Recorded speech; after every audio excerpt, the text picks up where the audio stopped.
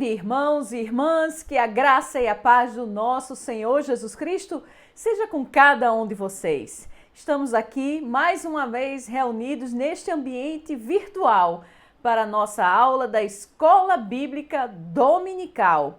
E neste domingo, a nossa aula vai falar sobre um profeta muito especial, Ageu, o porta-voz de Deus. Ageu, que foi este profeta que conclamou o povo a um avivamento para buscar a Deus e buscar a construção do templo e de vidas. E é por isso que é tão importante que esse profeta, que estava há tanto tempo no passado, ele ainda fala para nós nos dias de hoje, sua mensagem ainda continua atual. Voltando para a nossa cronologia dos profetas, nós temos aqui os vários profetas, antes do exílio. Nós estudamos, por exemplo, Naum, Jeremias, Abacuque, e os profetas que vêm depois do exílio, ou seja, depois do cativeiro na Babilônia. Como nós sabemos, Judá passou 70 anos em um cativeiro na Babilônia quando houve a conquista do Reino do Sul por Nabucodonosor. Então houve esse cativeiro em que vários habitantes de Israel foram transportados e levados para serem escravos dos babilônicos.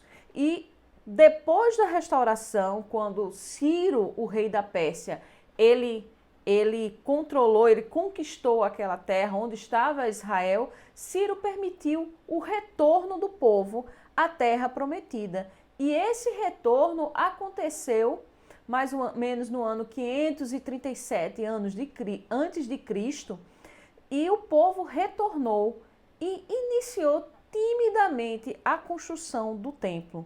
Porém, essa construção parou. E é por isso que mais ou menos no ano de 520 antes de Cristo surge o profeta Ageu para conclamar o povo para terminar a obra que tinham começado. Aqui nesse mapa nós podemos ver o Império Persa, que ele se expandiu. Primeiro o reino de Ciro, lá em Rosa, lá onde está a Pérsia, com a cidade de Persépolis e Suzã. E ele se expandiu nessa área roxa, que foi Ciro, entre os anos 550 e 530 a.C. Cambises, que foi aquele imperador persa que conquistou a área do Egito, e o Egito sempre foi um local estratégico na antiguidade. Qualquer império tinha interesse de ter controle do Egito, porque você tendo o Egito, você tinha uma linda dispensa de alimentos, de trigo, esses alimentos básicos que eram tão importantes para o sustento de qualquer império, além de suas próprias riquezas. E Dario, que é o imperador nos tempos de Ageu, pelo menos no tempo do seu ministério, Dario, ele fez novas conquistas nessa área de laranja abóbora. Ele fez novas conquistas, e Dario, no reinado dele, vai começar a acontecer uma transformação no povo, para que aquilo que tinha ficado parado possa recomeçar. Então, quem é esse profeta Ageu?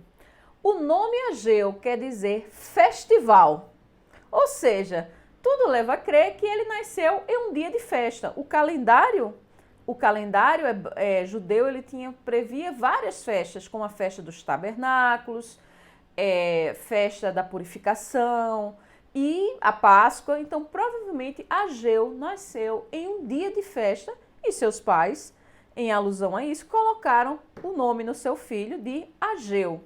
Seu ministério se estendeu desde o primeiro dia do 6º mês até o 24º dia do 9º mês, final de agosto a meados de dezembro, do ano 520 a.C., durante o reinado de Dario I. Ou seja, aparentemente é um ministério bastante curto. Tanto é que Ageu só tem 2 capítulos, é um dos profetas menores, e somente há 2 capítulos. E o seu livro ele tem um foco principal, a reconstrução do templo. E antes de tudo, o que vem por trás de se reconstruir o templo, de se refazer a casa de culto ao Senhor. Então, esse ministério, que durou tão pouco tempo, mas que teve um peso enorme na história de Israel. Algumas pessoas, há algumas dúvidas com relação à idade de Ageu, porque Ageu, capítulo 2, versículo 3, diz o seguinte: quem há entre vós que, tendo ficado, viu esta casa na sua primeira glória? E como a vedes agora, não é esta como nada diante dos vossos olhos comparada com aquela?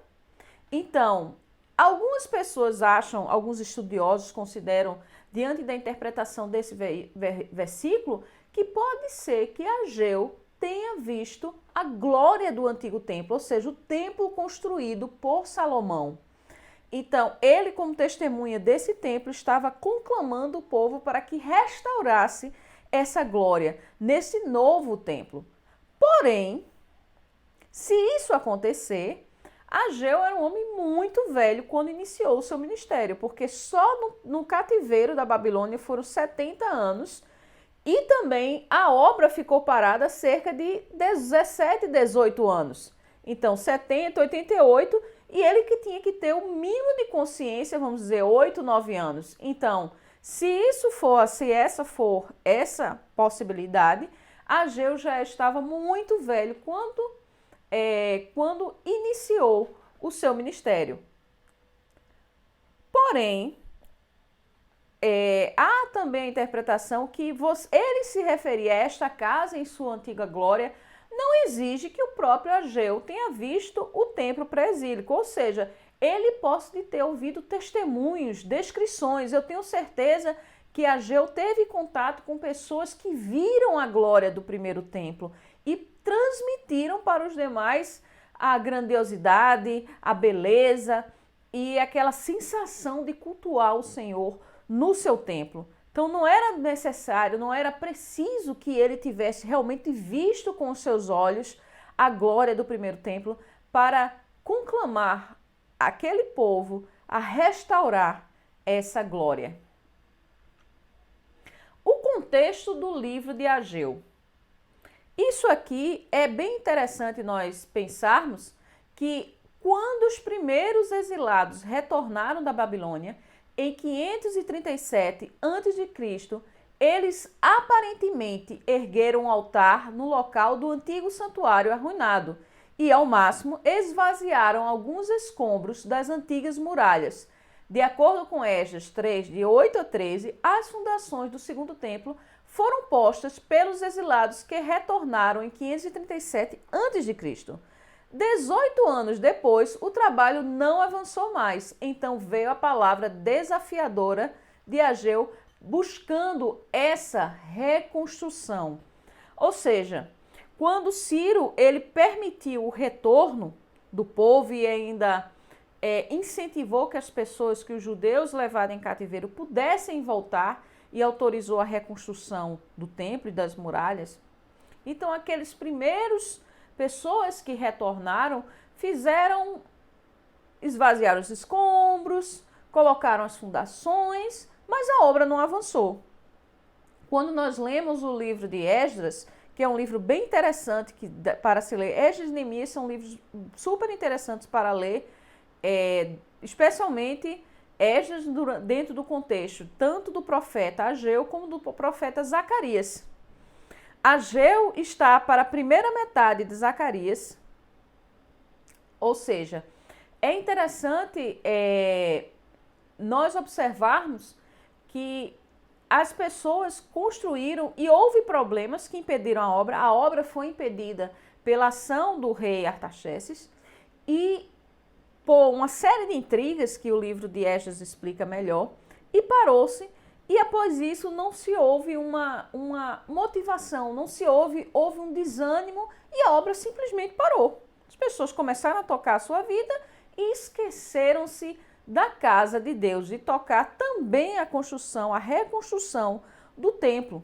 Então, esse é o contexto do livro de Ageu.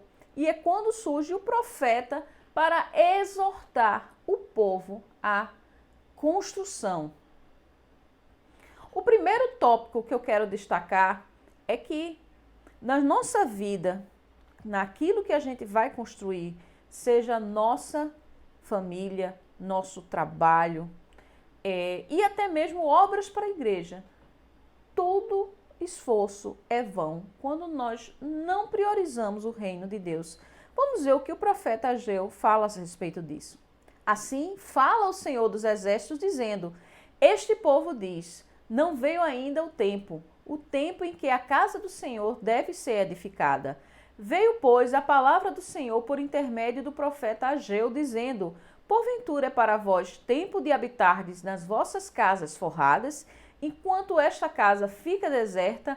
Ora, pois, assim diz o Senhor dos Exércitos: considerai os vossos caminhos. Semeais muito e recolheis pouco, comeis, porém não vos fartais, bebeis, porém não vos saciais, vestivos, porém ninguém se aquece, e o que recebe salário, recebe-o num saco furado. Jesus, lá em Mateus 6,33, ele vai dizer que buscai primeiro o reino de Deus e a sua justiça, e todas as outras coisas vos serão acrescentadas. Ou seja, nós devemos primeiro buscar o reino de Deus e a sua justiça, e tudo mais será acrescentado. Ou seja, o reino de Deus deve ser prioridade. E Ageu, ele vai profetizar, ele vai alertar o povo que eles estavam deixando Deus em segundo plano. É claro que nós sabemos que Deus não habita em templos feitos por mãos de homens, ou seja, o templo do Senhor é um templo espiritual, ele não precisa de um templo para se fazer presente na vida das pessoas, na vida do seu povo, mas o descaso com o templo era um retrato daquilo que se passava inconscientemente pelo seu povo. É por isso que nós vimos em todos os aspectos das nossas vidas, quando nós não colocamos Deus em primeiro lugar, todas as áreas da nossa vida começam a falhar. Por isso que ele vai dizer, olha, comeis e não se os fartam, semeiam e não recolheis muito, comei e não se saciam, vestir e ninguém se aquece. Ou seja, toda a nossa vida, ela começa a falhar quando nós não priorizamos o reino de Deus. E essa foi a mensagem poderosa de Ageu, conclamando ao povo para que se despertasse e atentasse para colocar Deus em primeiro lugar nas suas vidas. Então, todo esforço que nós fazemos é vão quando não priorizamos o reino de Deus. E pelo contrário, todo esforço nunca é vão quando nós priorizamos o reino de Deus. É por isso que nós dizemos ao final de cada culto, e essa deve ser o texto áureo da nossa vida, que, portanto, meus amados irmãos, sejam firmes e constantes e sempre abundantes na obra do Senhor, sabendo que o vosso trabalho não é vão no Senhor. Quando nós trabalhamos para Deus, Deus nos abençoa. Deus, ele faz frutificar e faz prosperar o trabalho das nossas mãos. Eu não estou aqui dizendo simplesmente que você entregar, trabalhar para o Senhor, tudo vai ser um mar de rosas na sua vida. E até não é isso. Quando nós pensamos no Salmo 23, nós vemos a promessa de Deus, que ele vai dizer: o Senhor, meu pastor, e em nada tenho falta. Ou seja, não importa o que eu não tenha, eu não vou sentir falta disso. Eu não vou sentir falta. Essas coisas que eu não tenha, porventura, elas não vão mudar a minha alegria, elas não vão determinar a minha felicidade. Então, a bênção de Deus da prosperidade não é porque eu vou ter tudo. É que eu mesmo não tendo tudo, eu terei tudo porque terei a Deus, porque o Senhor é o meu tesouro. E essa é que faz toda a diferença. Ou seja, os judeus, eles não precisavam ter tanta comida, ter tanta bebida, ter tantas terras, ter tantas plantações, ter tantas coisas para se fartarem e se sentirem bem. O que era importante era ter o Senhor e priorizar o reino de Deus. E essa prioridade, ela era representada pela reconstrução do templo. Então, é fundamental que nós nos lembremos que colocar Deus em primeiro lugar faz toda a diferença nas nossas vidas. Ele continua exortando, dizendo que as bênçãos de Deus são retidas quando não priorizamos o reino de Deus. Olha a mensagem de Ageu 1, versos 7 a 11. Assim diz o Senhor dos Exércitos: considerai os vossos caminhos, subi ao monte e trazei madeira e edificai a casa, e dela me agradarei e serei glorificado, diz o Senhor. Esperastes o muito, mas eis que veio a ser pouco. E esse pouco, quando trouxeste para casa, eu dissipei com um sopro. Por que causa? Disse o Senhor dos Exércitos: por causa da minha casa, que está deserta, enquanto cada um de vós corre à sua própria casa. Por isso retém os céus sobre vós o orvalho, e a terra detém os seus frutos. E mandei vir a seca sobre a terra, e sobre os montes, e sobre o trigo, e sobre o mosto, e sobre o azeite, e sobre o que a terra produz, como também sobre os homens, e sobre o gado, e sobre todo o trabalho das mãos. Ou seja, Deus está colocando que Ele retém as suas bênçãos quando nós não priorizamos o seu reino. Ele estava retendo as bênçãos sobre aquele povo, sobre as bênçãos materiais, porque o povo não estava priorizando a construção do templo do Senhor. Então, é mais uma questão de atitude. O que essa ação representava na vida das pessoas? Elas não estavam... Deus não estava retendo aquelas bênçãos para com uma forma simples de punir as pessoas, mas ele fazia isso como forma de levá-las a refletir, como forma de levá-las a entender que elas deveriam priorizar o reino de Deus para que elas fossem abençoadas, para que elas recebessem as bênçãos que foram dadas por Deus desde Abraão. Então, é fundamental que seja priorizado o reino de Deus, porque Deus poderá reter as suas bênçãos nas nossas vidas. Então, é tão interessante, nós não trabalhamos com a ideia de teologia da prosperidade, que Deus vai lhe abençoar na proporção do que você entrega a Ele, do ponto de vista material. Nós não entendemos dessa forma, mas Deus pode lhe levar a uma situação que você não tem essas coisas para que você perceba que precisa priorizar o reino de Deus. E quando nós priorizamos o reino de Deus, nós contribuímos não como uma relação de troca com Deus, mas pelo desejo de que o evangelho, de que o reino de Deus seja engrandecido na terra e que a mensagem de Deus seja proclamada. Quando nós conclamamos os irmãos a participarem, por exemplo, da campanha de missões nacionais, da campanha de missões mundiais e participar da obra de construção do nosso prédio de multiministério, nós não estamos dizendo que Deus vai lhe dar em dobro, em triplo, do ponto de vista material, cada oferta que você vai ter, ou que tudo vai ser um mar de rosas na sua vida, mas que isso representará um sinal de que você está colocando Deus antes de todas as suas coisas materiais que você deseja construir. E quando Deus não lhe entrega aquilo que você acha que merece dele, ele muitas vezes está lhe alertando para que possa refletir sobre as ações e, com isso, buscar primeiro o reino de Deus. E todas as coisas serão acrescentadas. Aí nós prosseguimos com a mensagem de Ageu, já nos versículos seguintes. Deus sempre estará presente com aqueles que respondem ao seu chamado.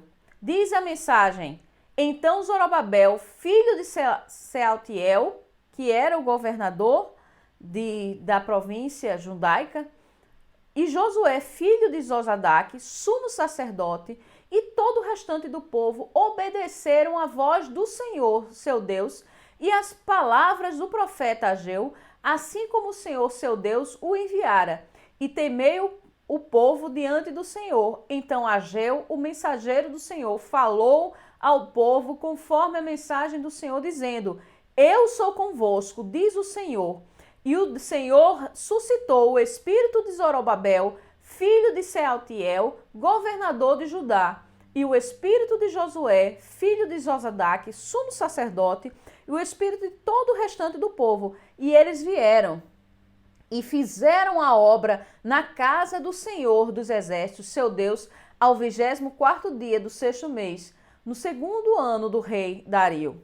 Ou seja, eles atenderam ao chamado do profeta Ageu. Eles ouviram a mensagem do profeta e eles se dispuseram a realizar a obra que o Senhor queria deles. E o Senhor diz para o povo: Eu sou convosco, diz o Senhor. Não importa o desafio, quando nós fazemos a obra de Deus, o Senhor estará conosco. E isso imediatamente me fez lembrar de Josué. Josué, quando ele tinha que cruzar o Jordão e levar o povo à conquista da terra prometida, que era uma conquista muito difícil, porque os povos de lá eram fortes, apesar da terra ser boa, os povos eram fortes e grandes, e até tinham gigantes, como os relatos dos espias. E Deus diz a Josué: Não te mandei eu? Esforça-te e tem bom ânimo, não temas nem te espantes, porque o Senhor teu Deus é contigo por onde quer que andares. Eu sou convosco. Eu sou convosco. Essa é uma mensagem muito constante na Bíblia. No Novo Testamento, Jesus que diz que eis que eu estou convosco todos os dias, até a consumação dos séculos. Seja qualquer que for o nosso trabalho, seja que qualquer que for a nossa obra, quando Deus está conosco, quando a presença de Deus é conosco, nós temos o ânimo para trabalhar. E é por isso que Zorobabel, o governador, e também Josué, o sumo sacerdote, atenderam ao chamado. Quão bom e quão maravilhoso é quando o profeta, ele traz a sua mensagem profética e o povo atende à voz do profeta, que é a voz de Deus. E isso é muito especial. E continua com essa exortação à vida consagrada, dizendo: em suma, seja uma bênção. Quem entre vós agora, que tendo ficado, viu esta casa na sua primeira glória? E como vedes agora? Não é esta como nada diante dos vossos olhos, comparada com aquela. Ora, pois, esforça-te, Zorobabel, diz o Senhor, e esforça-te, Josué, filho de Josadaque, sumo sacerdote, e esforça-te todo o povo da terra, diz o Senhor, e trabalha, porque eu sou convosco, diz o Senhor dos exércitos, segundo a palavra da minha aliança que fiz convosco, por quando saíste do Egito, o meu espírito permanece no meio de vós. Não temais, porque assim diz o Senhor dos exércitos, ainda uma vez, daqui a pouco, farei tremer os céus e a terra, o mar e a terra seca, e farei tremer todas as nações, e virão coisas preciosas de todas as nações, e encherei esta terra da glória, desta casa de glória, diz o Senhor dos exércitos. Minha é a prata e meu é o ouro, diz o Senhor dos exércitos. A glória desta última casa será maior do que a primeira, diz o Senhor dos exércitos. Neste lugar darei a paz, diz o Senhor dos exércitos. Então, esforça-te, tem bom ânimo, sejam bênção, trabalhem na reconstrução. Os meios são do Senhor, ou seja, minha é a prata e o ouro. Quando nós nos depositamos no Senhor, Deus, ele faz surgir os meios necessários para que cumpramos a nossa missão. Não importa quão difícil ela seja, mas ele irá nos ajudar. Se o Senhor não guardar a cidade, em vão vigia a sentinela.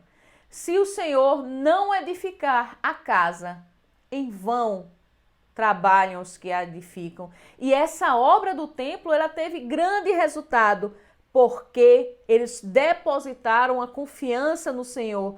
Tanto Zorobabel como Josué e como todo o povo se dispôs a ser uma bênção, se dispôs a trabalhar para que a obra fosse executada e receberam as promessas do Senhor de que estaria com eles nesses desafios. Quando se dispõe e tem ânimo, e o ânimo era necessário porque a obra iniciada há 18 anos antes, ela tinha parado, o povo perdeu o ânimo. Mas nós devemos nos animar no Senhor, nós devemos nos abraçar no Senhor, porque Ele nos dará aquela motivação que nós precisamos para enfrentar os desafios. Então, é importante sermos bênção, é importante sermos também puros. Se alguém leva carne santa na orla das suas vestes e com ela tocar o pão, ou no guisado, ou no vinho, ou no azeite, ou em qualquer outro mantimento, porventura ficará isto santificado? E os sacerdotes responderam, não. E disse Ageu, se alguém for contaminado pelo contato com o corpo morto, tocar em alguma dessas coisas, ficará ela imunda? E os sacerdotes responderam, dizendo, ficará imunda. Então respondeu Ageu, dizendo, assim é este povo, e assim é esta nação diante de mim, diz o Senhor, e assim toda a obra das suas mãos e tudo que ali oferecerem. Ou seja, é importante que o povo buscasse a pureza. É importante que o povo buscasse não cometer os mesmos erros cometidos por seus antepassados e o que levaram a eles ao cativeiro na Babilônia. Essa reconstrução não é somente uma reconstrução de templo, é uma reconstrução de vidas. Por isso ele conclama ao povo a que pratique as coisas que agradem a Deus e não se contaminem mais como fizeram no passado. Eis que o povo se contaminou, eis que o povo fez coisas que desagradavam a Deus e isso levou à ruína do povo. É interessante que aqueles que pecaram no passado, eles tinham a ideia de que Deus jamais permitiria que a sua cidade onde estava o templo fosse conquistada. Eles tinham uma falsa ideia meio que de que imunidade, invencibilidade de Jerusalém, que mesmo Israel sofreu invasão de vários povos antes dos babilônios e Jerusalém nunca havia sido conquistado, seu templo nunca havia destruído e que Deus jamais permitiria que isso viesse a acontecer com eles. Mas Deus não habita no meio de templos feitos por mãos de homens. Deus não se apega a coisas, Ele se apega a vidas. Ele se apega às pessoas, Ele ama as pessoas. Ele não liga para as coisas. É isso que fez toda a diferença com a atitude do adorador, com a atitude daqueles que estavam buscando a reconstruir o templo, que eles tivessem uma atitude digna. De nada adiantava erguer um novo templo, talvez mais bonito ou menos bonito que o templo anterior. De nada adiantava isso se eles não tivessem uma atitude de purificação de vidas. É por isso que quando você, por mais do que você faça, se você não tem uma vida de pureza, de obediência a Deus, tudo que você toca se torna imundo diante do Senhor. E é isso que Ageu levou o povo a refletir, que era necessário ter uma atitude, uma mudança de vida, não cometer mais os erros do passado, porque a desobediência resulta em destruição. Agora, pois, eu vos rogo considerar isto desde este dia em diante, antes que se lançasse pedra sobre pedra no templo do Senhor. Antes que sucedessem essas coisas, vinha alguém a um montão de grão de 20 medidas e havia somente 10. Quando havia ao lagar para tirar 50, havia somente 20. Feri-vos com queimadura e com ferrugem e com saraiva em toda a obra das vossas mãos, e não houve entre vós quem voltasse para mim, diz o Senhor.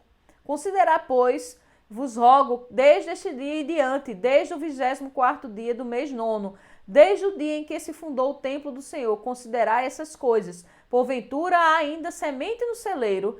Além disso, a videira, a figueira, a romeira, a oliveira não têm dado os seus frutos, mas desde este dia eu vos abençoarei. Então, Ageu 15, 19, ele é um alerta para o povo sobre o que aconteceu no passado. Se eles realmente não tivessem uma vida digna do Senhor, tudo aquilo que construíram iria ser destruído novamente. A oliveira não iria dar mais frutos, eles não seriam mais abençoados.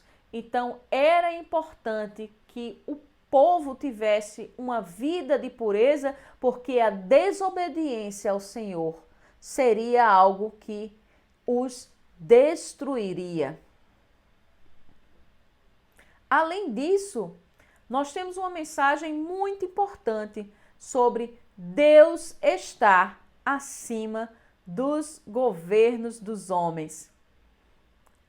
Ageu 2, 21 a 23. Fala a Zorobabel, governador de Judá, dizendo: farei tremer os céus e a terra e tornarei o trono dos reinos e destruirei a força dos reinos dos gentios e transtornarei os carros e os que nele andam, e os cavalos e seus cavaleiros cairão, cada um pela espada do seu irmão. Naquele dia, diz o Senhor dos Exércitos, tornar-te-ei, ó Zorobabel, servo meu, filho de Sealtiel, diz o Senhor, far-te-ei como um anel de selar, porque te escolhi, diz o Senhor dos Exércitos.